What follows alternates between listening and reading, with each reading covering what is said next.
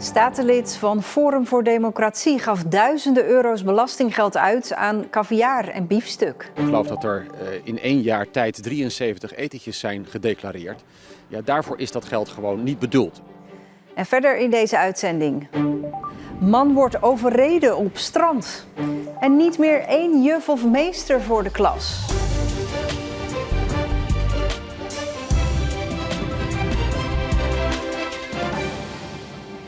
Goedenavond. Statenlid Martin Bos van Forum voor Democratie heeft in 2023 en 2024 duizenden euro's aan belastinggeld opgemaakt aan etentjes.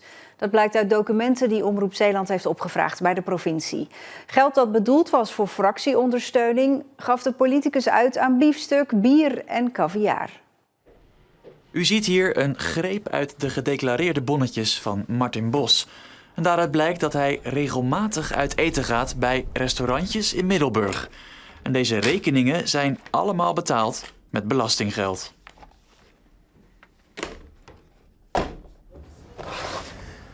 En hoe hij dat heeft kunnen doen, dat hebben we uitgezocht. Iedere politieke partij die krijgt van de provincie Zeeland een bepaald bedrag voor onkosten. En dat bedrag is bedoeld voor de voorbereidingen van debatten of als je bijvoorbeeld een vergaderruimte wil afhuren. En dat je wel eens ergens een drankje doet of zo als je een vergadering hebt, dat is allemaal niet zo gek. Alleen ja, dit soort declaraties, ik geloof dat er in 1 jaar tijd 73 etentjes zijn gedeclareerd. Ja, daarvoor is dat geld gewoon niet bedoeld. In totaal gaat Martin Bos in 2023 en 2024 117 keer uit eten van belastinggeld. En wie al deze rekeningen bij elkaar optelt, komt uit op een bedrag van ruim 10.000 euro. Ja, dat is echt overgeschreven. Dat gaat echt alle perken te buiten. Dus ik vind het zorgwekkend omdat dit het aanzien van de Staten kan schaden. Ik zeg kan schaden. Het gaat om 1 statenlid, om 1 fractie. Want even ter vergelijking, Forum geeft 10.000 euro uit in zijn eentje. Maar CDA, VVD, PvdA GroenLinks, Partij voor Zeeland, ChristenUnie, Ja21, SP, D66 en de Partij voor de Dieren komen gezamenlijk niet aan dat bedrag. Sommige bonnetjes vallen op, zoals deze. In september 2023 bestelt hij ribvingers, biefstukpuntjes en wagyu-burgers bij Bites. Maar de verantwoording die hij daarbij geeft is enigszins ironisch: het bespreken van de stikstofproblematiek. Of deze, waar hij 163 euro uitgeeft aan tzatziki, limoncello, bier en Suzuki in dit Griekse restaurant onder het mom van de Holocaustherdenking evalueren. U snapt het idee. De vraag is natuurlijk, waarom is dit niemand opgevallen?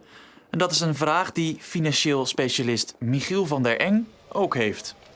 De normering moet hier van de Staten komen. Dus uiteindelijk zou je verwachten dat de Staten daar in 2023 en 2024 een debat over gevoerd hebben. Wat Van der Eng hier uitlegt is dat de politieke partijen in de provincie elkaar controleren op ieders declaratiegedrag. Maar zowel in 2023 als 2024 zijn de bonnetjes zonder problemen goedgekeurd. Ja, nou ja, dan kan ik maar 1 conclusie trekken. Dan heeft de Staten zitten slapen. Alleen Hugo de Jonge heeft hem 1 keer aangesproken op zijn gedrag. Maar ja, feitelijk deed Bos niets onrechtmatig. Maar ook al is iets niet onrechtmatig, onverantwoord is het natuurlijk wel. Als je geld voor fractieondersteuning, dus voor de ondersteuning van jouw werk als volksvertegenwoordiger, als je dat opmaakt aan uit eten gaan, dan heb je echt niet begrepen waarvoor dat geld bedoeld is. Inmiddels zijn de regels aangescherpt, maar die golden nog niet in 2025. Of hij in dat jaar ook ruim 800 euro heeft opgemaakt aan biefstuk, moet dus nog blijken. We hebben Martin Bos uiteraard om een reactie gevraagd. Hij zegt dat hij het liefst met mensen van gedachten wisselt tijdens het eten en dat hij zich altijd aan de regels heeft gehouden. Opvallend is wel dat hij tussen maart 2023 en juni 2024 dus wel uit eten ging, maar bij geen enkele commissievergadering aanwezig was. In de app en op de site lees je de hele reactie van Bos. Op het strand in Vlissingen is vanmorgen een man overreden door een tractor. Volgens de politie zat de man in een tentje vlakbij grote prullenbakken die op het strand staan. De 45-jarige man uit Koewacht is met spoed naar het ziekenhuis gebracht. Het ongeluk gebeurde rond 8 uur. Er is uitgebreid onderzoek gedaan op het strand en de tractor is in beslag genomen. Ja, het is warm en het wordt nog veel warmer komende week. Veel basisscholen hebben daarom een tropenrooster. Maar dat is nog niet zomaar geregeld. Het is hier echt om te broeien. Begin van de maandagmiddag op basisschool De Schuttershoek in IJsendijke. Normaal zijn deze schoolbankjes nog een paar uur gevuld. Maar vandaag, op de eerste dag van het tropenrooster, is dat anders. Het houdt in voor ons dat de kinderen eerder naar huis kunnen. In verband met de hitte in de lokalen. En normaal gaan wij tot 2:45 naar school en vandaag is dat tot 1 uur. Toch komt er meer bij kijken. Zo zorgt de school ook voor opvang gedurende de tijd dat het kind naar school zou zijn gegaan als dat nodig is. Nou, de kinderen die gewoon naar huis konden, waarvan de ouders tijd konden vrijmaken, die zijn opgehaald. En de kinderen die normaal gesproken naar de kinderopvang gaan, die blijven nog even bij ons tot het 2:45 is. En dan worden ze opgehaald door de kinderopvang. Nu zal iedereen met deze dagen wel een tropenrooster willen op zijn werk. Toch is het niet vreemd dat juist de kinderen hier het meest mee te maken krijgen. Ja, de concentratie neemt af, kinderen zijn vermoeider. Dus ja, het is gewoon heel lastig om dan nog iets te bereiken, om iets te doen. Morgen is er op deze school ook nog een tropenrooster. Daarna wordt gekeken of het later in de week ook nog van kracht blijft. Uit een rondgang langs Zeeuwse basisschoolkoepels blijkt dat vooral de staat van de schoolgebouwen bepaalt of er wel of geen tropenrooster wordt ingesteld. De moderne gebouwen zijn goed te koelen en daar wordt over het algemeen gewoon les gegeven. In de oudere gebouwen wordt sneller dat tropenrooster uit de kast gehaald. We moeten in Zeeland afscheid nemen van het principe van 1 juf of meester per klas. Er moeten teams komen voor een klas of groep. Te beginnen op de basisschool, want daar is de nood het hoogst door het lerarentekort. Vandaag is er een speciale onderwijsdag om onder meer dit plan van opleidingsschool Zuidwest onder de aandacht te brengen. In Sint-Anneland zijn ze er in elk geval al groot fan van. Ik, Lef, was, goed zo. Dit is juf Silke. Ze zit op de HZ, opleiding PABO en loopt stage in groep 7 van de Kaas en Brood in Sint-Anneland. Welke 3 woorden horen dan bij elkaar? En dit is haar collega, juf Marit. Zij zit op Scalda, doet daar de opleiding Kind Professional. Ze loopt stage in groep 5. Beide dames zijn zeer welkom hier op school. De vraag naar onderwijspersoneel is namelijk groot. Er is nu al een tekort in Zeeland van ruim 50 voltijdsbanen. Alleen al op Zeeuwse basisscholen. Dat komt onder meer doordat veel leerkrachten met pensioen gaan. Deze studenten kunnen straks dus makkelijk werk vinden en daar hebben ze nu al zin in. Ja, het gaat heel goed. Ik vind het heel erg leuk. Ik vind het een leuke klas.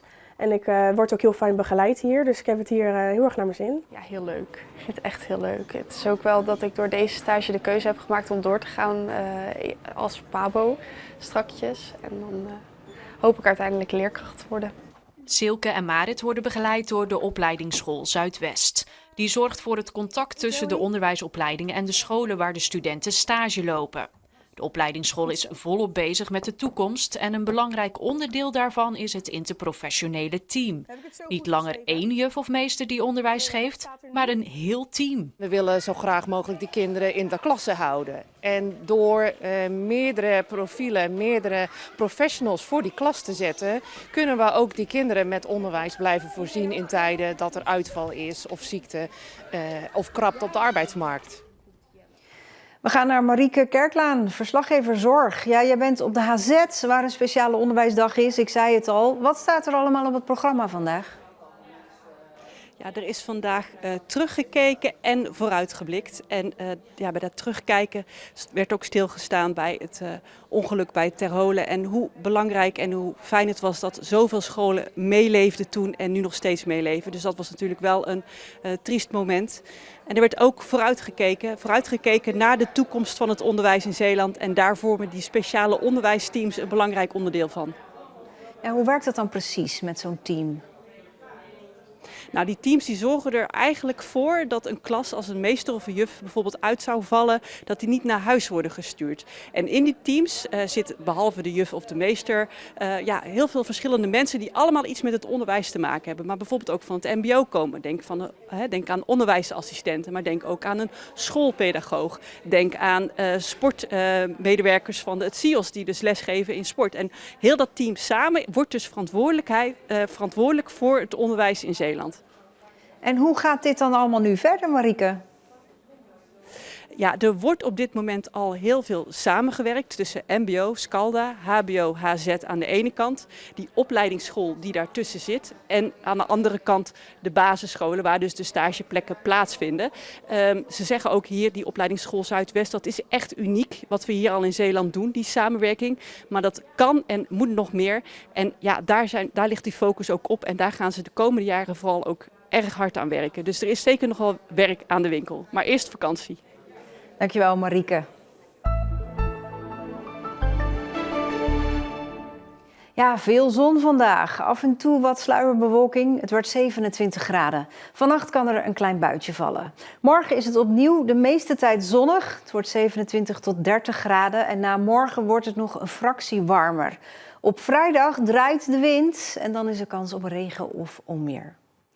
Tot zover deze Zeeland Nu. Een hele fijne zomeravond.